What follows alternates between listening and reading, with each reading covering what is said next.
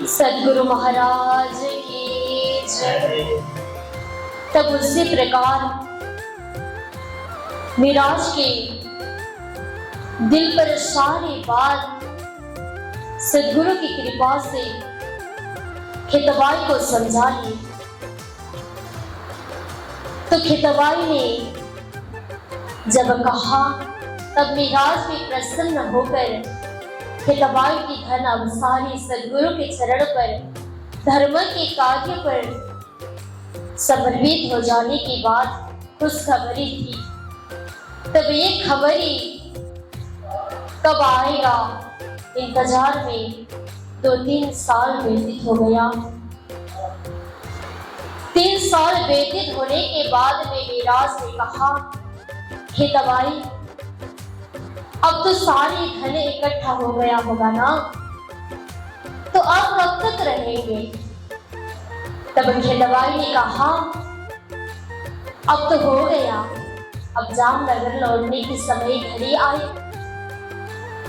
तब मिराज ने कहा, अरे तो चले, कल चले जाएंगे। तो ऐसी बात होकर रात में बातचीत हुई थी। तो जब कल सुबह मिराज स्नान इत्यादि करके खितबाई को बुलाने चले गए, तब खितबाई तो धाम चले गए थे।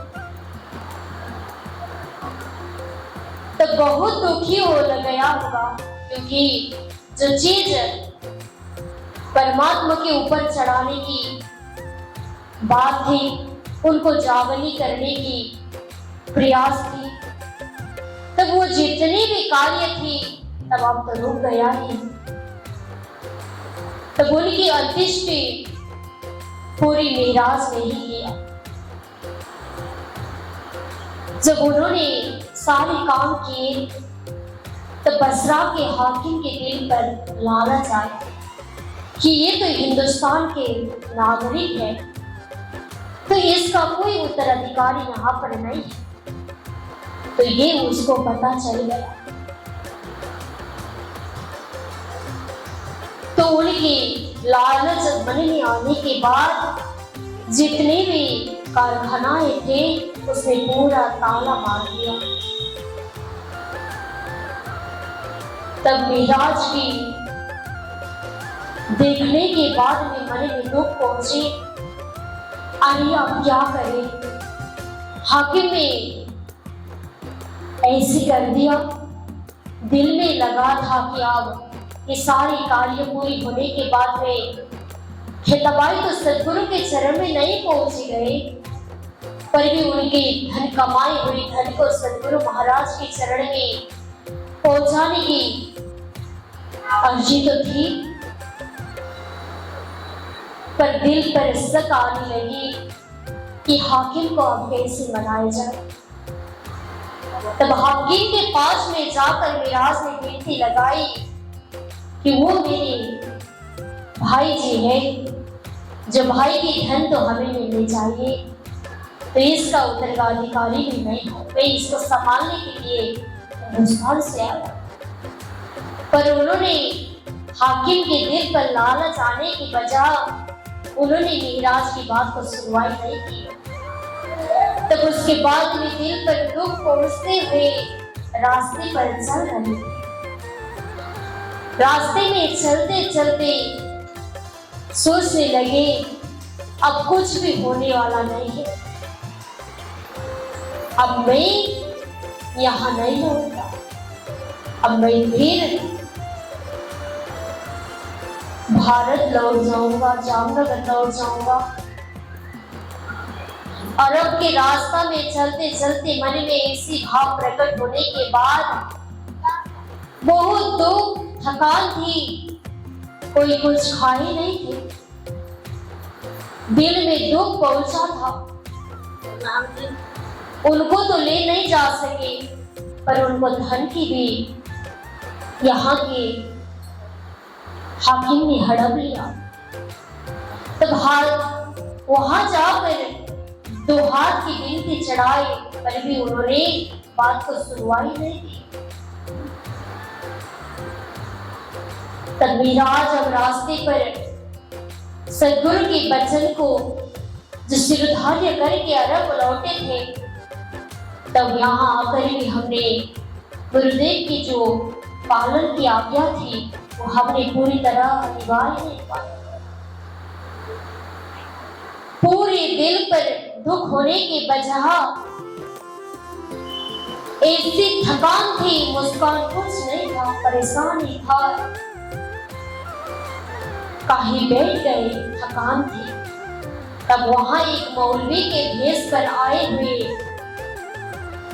मौलवी ने कहा, क्या परेशान है तुम्हें? कुछ थकान में हो? कोई बता सकते हो कुछ क्या हुआ? तब सारी बात मिराज ने कह दिया कि मेरा भाई जो खेतवाई थे वो हिंदू जामनगर से आए थे।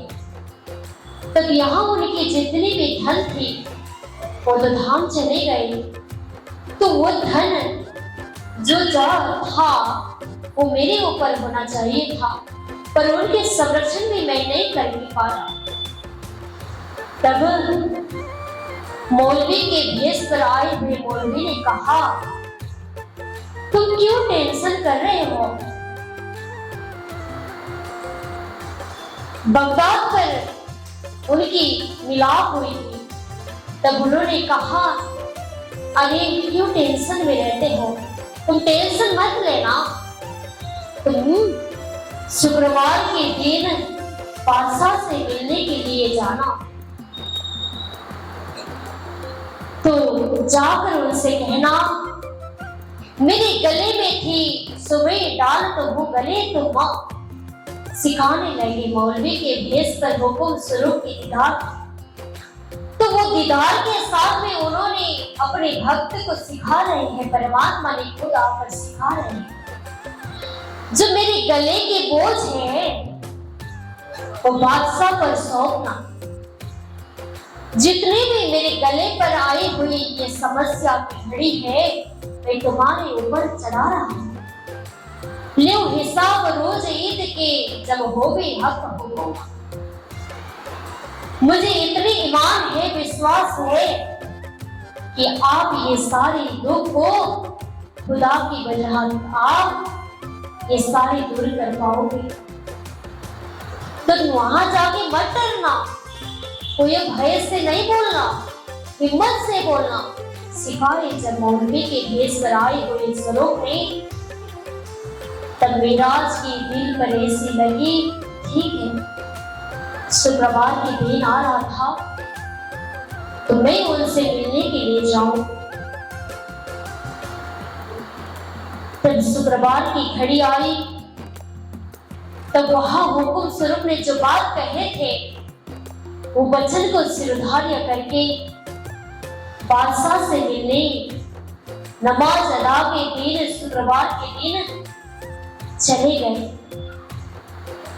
तब जिस जगह पर गए तो वहां के अंग रक्षकों ने उनको दूर भगाने की चेष्टा की। तब बादशाह के दामन झड़कारे थे मिराज ने। जब उनकी दामन झड़कारे तब बादशाह को मन में लगा कि ये तो कोई बाहर के ही है, अरब के है ही नहीं, तो मासूम है, देख ले तो इनकी बात को सुनवाई करनी चाहिए। तो दिल पर ऐसी भावना के साथ में उन्होंने बातों को सुनवाई की। तो अंग रक्षकों ने कोई इस तरह देते हुए कहे, रुक जाओ भाई, कुछ कहने आए हैं तो कहने दीजिए।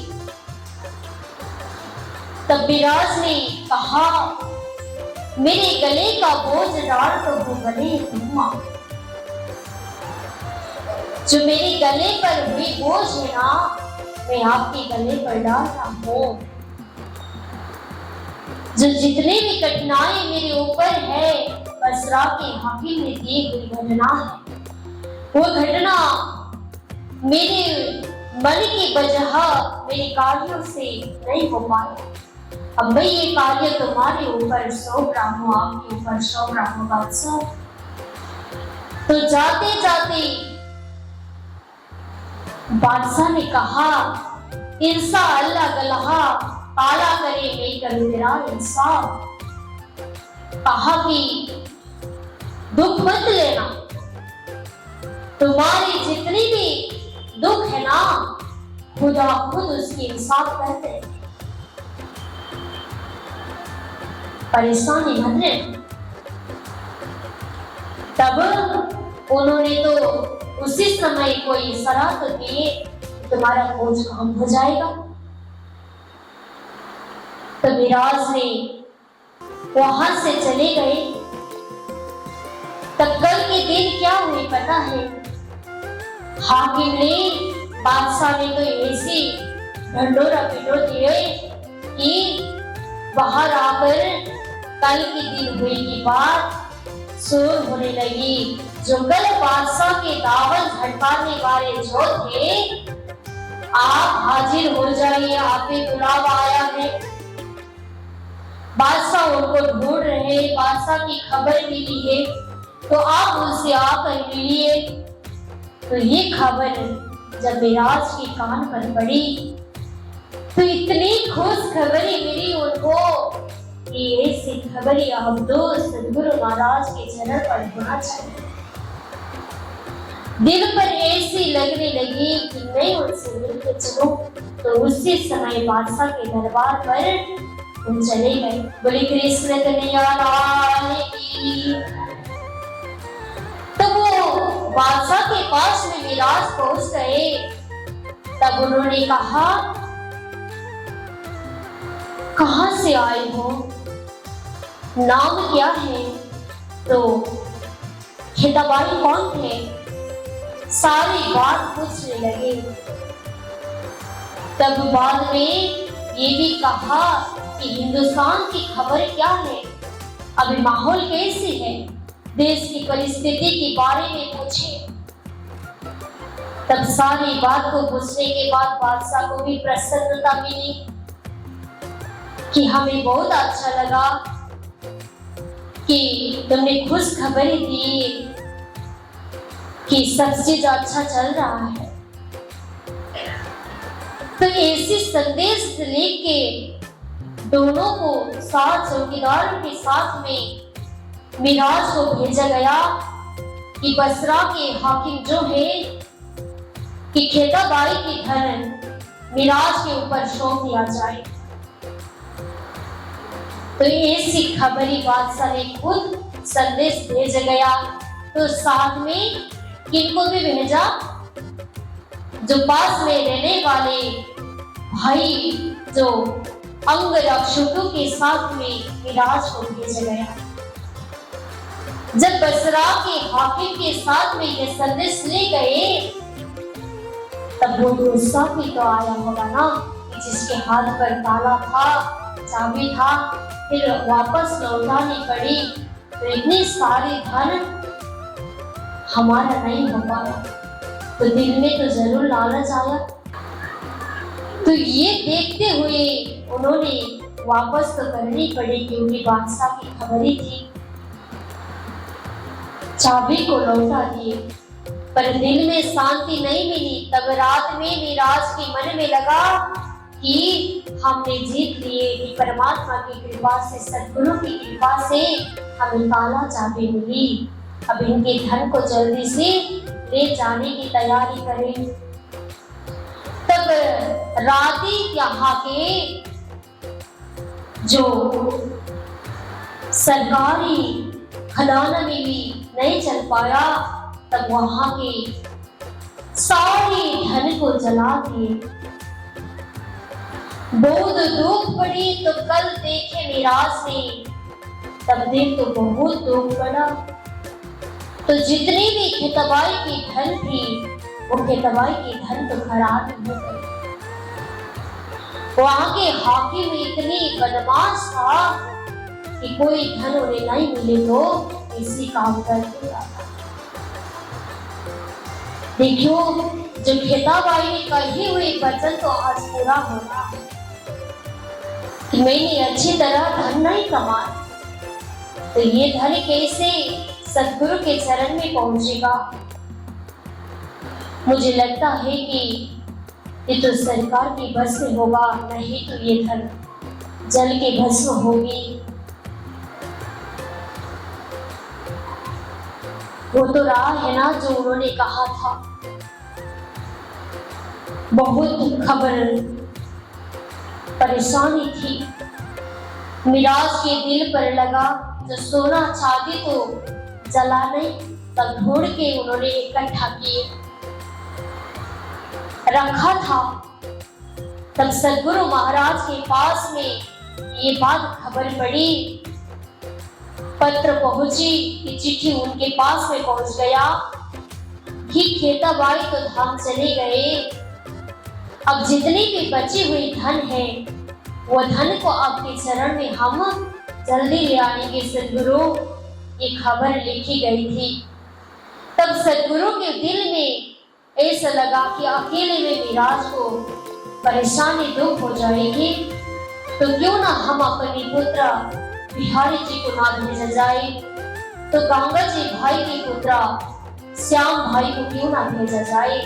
तो धन संपत्ति की मदद के लिए नहीं कहेंगे, मिराज की मदद सहयोग के लिए भेजा गया था।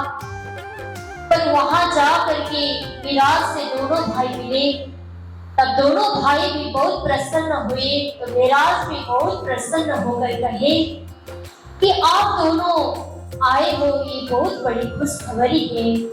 पर मैं आप दोनों के साथ में ये बात भी कहूँ कि यहाँ आप दोनों रहने के लिए बहुत परेशानी की बात है, जो कुछ भी हो सकता, इसलिए ये जो बची हुई धन है, ये धन को आप सद्गुरु महाराज के चरण में ले जाइएगा। ये सद्गुरु महाराज की सेवा में लग जाए ये धन तो अच्छा रहेगा, तो खेतबाई की आत्मा भी शांति मिलेगी। बोले सद्गुरु महाराज की, प्राणनाथ प्यारे की। तो इस प्रकार मिराज ने श्याम भाई और बिहारी जी को भी कहा। तो जी बची हुई धन थी, सोना था, चांदी था, वो बची हुई धन को ले जाने के लिए उन्होंने आग्रह किए। तब दोनों भाई को ले कल के लिए वापस था, तो रास्ते में जाते जाते समय किनार में वो धन फिसल गया हाथों से। तब दो भाई भी, श्याम जी और बिहारी जी भी बहुत चिंतित हो गए कि जो धन मिराज ने हमें भेजे थे अब ये फिसल गया, अब कौन निकालेगा। तो नदी में तो पहुंच गया धन, तो कौन निकाल सकता। तो दिल में उनके भी मन खटपट होने लगी, तो उन्होंने सोचे कि ये धन जो फिसल गए है ना हमारे हाथ से, तो ये धन फिसली हुई बात किसी को नहीं बताएंगे, पर देवचंद्र जी महाराज और के पास में जाकर कहेंगे कि मिराज ने अकेले वो धन हड़प रहा है, हमें तो कुछ नहीं भेजा। तो उनकी मन में ऐसी विकार भाव प्रकट हो जाती है। तब सद्गुरु महाराज के पास में जामनगर पहुंचकर कहते हैं कि जो धन नहीं भेजा गया, तो बाल बाई के दिल में इतना गुस्सा आया ये बात सुनते ही, अरे हमने तो उसको इस प्रकार से भेजा था कि खेतबाई को ले आ जाए, तो धन को इकट्ठा करके सद्गुरु के महाराज के चरण पर सेवा की निष्ठा के लिए उन्हें भेजा गया था। पर वो तो इकट्ठा धन हड़पने के सोच में पड़े। यहाँ रहकर तो बहुत चमत्कार करता था कि बैरागी हो रहे थे, तो ऐसी लालच आई उसके मन में। तो बहुत धन ऐसी काली चीज है जो कोई के दिल में भी माया बैठ जाती, कली कहा जाता है ना। तो ये कली ऐसी है जो ना मिलने के बाद भी दूसरे के ऊपर इल्जाम लगा देते हैं। पर मिलने के बाद भी वो धन इंतजामी को याद आता है। देखिए, ऐसी कली है जो मिलने के बाद में भी प्रकट हो जाती है द्वेष, तो ना मिलने की वजह भी द्वेष प्रकट हो जाती है। बोले कृष्ण कन्हैया लाल की, सदगुरु महाराज की। तो खेतबाई के तो धाम चले गए। ये बात अगर खेतबाई होती तो अलग होता था, पर उनके जो आत्मा थी वो परमधाम की वासना नहीं थी। अभी पाए जाने हम, अगर वो परमधाम की वासना होती तो सुंदर वाली आत्मा के पास में आकर उन्होंने तारतम मंत्र प्राप्ति करती। तो उनके दिल पर यह साक्षात धाम होने की, पर ब्रह्म होने की वासना नहीं थी, इसलिए उन्होंने तारतम की बीज उनके दिल पर रख ही नहीं पाई। तो धन तो अगर उनके पास में, सदगुरु के पास में जाना चाहिए था ना, तो उसमें भी वो नहीं पहुंच गया। तो थोड़े समय के बाद में मीराज को तो ये कोई भी बात पता ही नहीं चला था। तो बाल बाई ऐसी काम कर रही थी कि उन्होंने कोतवाल के पास ले जाकर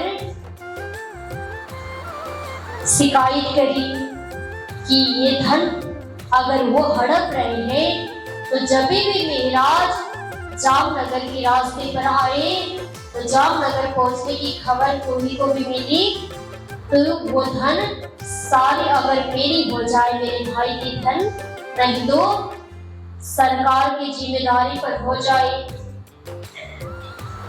तो ऐसी उन्होंने पत्र लिख कर दी।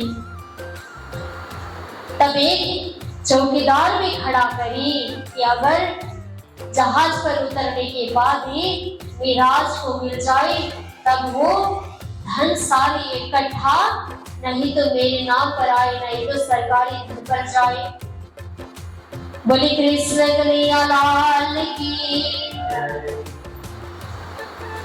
इतनी परेशानी की बात हुई जब सदगुरु महाराज को सब पता होने के बाद भी मौन बैठना पड़ा।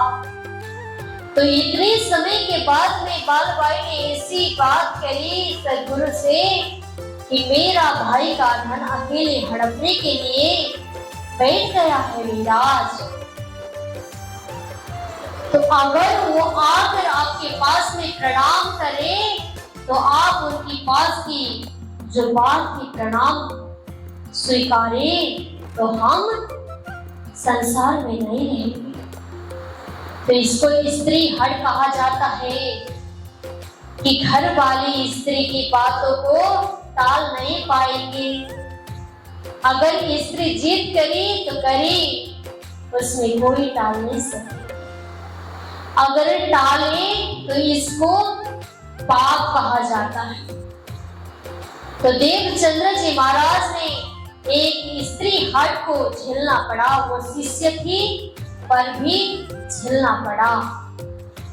ऐसे झेलना पड़ा कि अपने शिष्य स्त्री होने पर भी गुरु ने स्त्री हट को माया ने पकड़ लिया। इसलिए प्राणनाथ जी महाराज कहते हैं कि ये माया छे अति बलवंती, अपनी छे मूल धनी धनी। देखियो, माया ऐसी चीज है जो कोई टाल नहीं सकता। फिर इससे दूर रहने के लिए एक ही चीज है जो अपने मन को बस में रखा जाए, इंद्रियों के बस में रख जाए। तो तन को, इंद्रियों, सारी चीज को बस में रखा जाए। फिर भी देवचंद्र जी महाराज तो हर चीज को बस में तो थे, पर भी उन्हें माया ने नहीं छोड़ा। तो यहाँ आज स्त्री हड़ की वजह अपने शिष्य को नहीं स्वीकारा जा रहा है। दिल में स्वीकारने के भाव से कुछ नहीं हुआ, पर तन से, मन से, वचन से स्वीकारना पड़ा। तो इसलिए आज मीराज ने वहां रहकर बहुत परेशानी झेलनी पड़ी, बहुत कठिनाई झेलनी पड़ी। तब तो वो किसी को भी पता नहीं था। दूसरे के ऊपर भला भी कर रहे थे, धर्म के पद पर वो अपना कार्य पूरा जीवन दान कर रहे थे, पर भी आज उन्हें ऐसी परिस्थिति आने की घड़ी में मिहिराज ऐसी बीच में पड़े, न सद्गुरु के पास में रह पाए, नहीं तो संसार के लोगों ने उनको, परिवार ने उनको पसंद किया। देखिए, कभी कभी हम भी इधर ना तो उन्हीं के बजाय सच्चे चीज की अगर पता चले तो कोई भी बीच में भड़कने की कोई आशा नहीं हो जाती। सही जगह पर भी कोई भी तलाश मिले तो सही जगह पर हमें मिलने की प्रयत्न हो जाएगी। बोले सद्गुरु महाराज की, प्राणनाथ प्यारे की। तो बार-बार ने तो ये चौकीदार को खड़ा की थी कि जब मिराज आए तो ये खबर जरूर करना। तब उनको रास्ते से ही नजरबंदी के लिए रखा गया। नजरबंदी में ऐसे रखा गया कि कोई सद्गुरु की खबर नहीं पड़ी, तो मन में तो लगा होगा कि मैंने सब सारी चीज तो सद्गुरु के कार्य पर लगाने की चेष्टा करी, तो उनके दिल पर तो लगा कि जितने धन बचा था वो ले आए रहे थे, पर वो धन भी सरकार ने हड़प लिया जामनगर के साथ। तो जामनगर पर वो धन चढ़ाया गया। देखिए, खेतबाई की जो भविष्यवाणी की बात थी वो तो हो ही गया कि कोई धन तो जल के भस्म हुआ, तो कोई धन पानी में ही फिसल गया, तो कोई धन सरकारी खजाना पर चला गया। तो ऐसी घटना उन्हें झेलनी पड़ी सुंदरशाह जी। 1.5 महीना तक नजरबंद में रहना पड़ा। सद्गुरु के धन में आने पर भी उन्हें कोई उनकी बात को नहीं जान पाया। तो मिराज के दिल में फिर भी 1.5 महीना के बाद बाहर निकले नजरबंद से, तो उनके मन में यही दिल आया, भाव आया कि मैं धन को ले तो नहीं जा पाया, पर मैं तो सद्गुरु के चरण में तो जा सकता हूँ ना। मैंने बहुत कोशिश करने के बाद में भी ये सारी खबरें तो नहीं हो पा रहा है। तो क्या पता पहले श्याम भाई और बिहारी जी ने लाई हुई धन तो सद्गुरु के चरण में भी तो पहुंच सकता है। उनके दिल में ये भी तो खटपट था। मिराज के दिल पर ऐसी दुख पहुंची, तब जाकर स्नान आदि नहीं किए बिना ही सद्गुरु के चरण में पहुंच जाते हैं। सद्गुरु महाराज की। तो सद्गुरु महाराज के चरण में प्रणाम करने के लिए गए, तो पाल बाई को रास्ते में ही देखे। तब प्रणाम करने के बाद में पाल बाई तो अपने चेहरा को दूसरी तरफ मोड़ देती, तो उनसे तो प्रणाम करने की बात ही नहीं हुई। फिर सद्गुरु महाराज के पास में जाकर बार बार प्रणाम किए। सद्गुरु महाराज अपने सोई हुई चेहरा को देख रहे थे मिराज, पर भी उन्होंने जाकर गुरु के चरण में गुरुदेव प्रणाम कितनी बार बुला लिए, पर सद्गुरु महाराज एक शब्द भी प्रणाम की स्वीकार नहीं की। पर मिराज के मन में तो लगा कि उन्होंने कहा, गुरुदेव मैं आते आते 1.5 मास तक नजरबंद में रहना पड़ा, तो आपकी चरण की मैं पैसा हूँ।